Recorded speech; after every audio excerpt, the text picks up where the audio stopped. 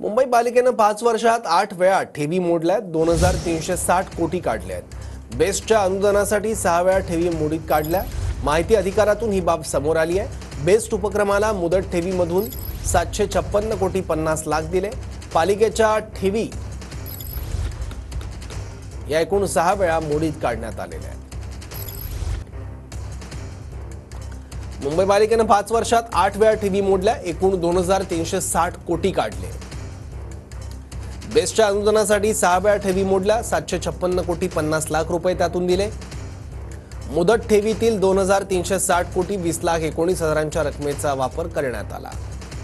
कर्मचाऱ्यांचं निवृत्ती वेतन ऑगस्टच्या वेतनासाठी युनियन बँकेतून 646 कोटी 20 लाखांचा वापर केला गेला. स्टेट बँकेतील 949 कोटी 50 लाखांची ठेव मोडून MMRDAला दिल्याचं समोर आलंय. माहिती अधिकारातून मुदत ठेवी मोडीत काढल्याची बाब समोर आली आहे.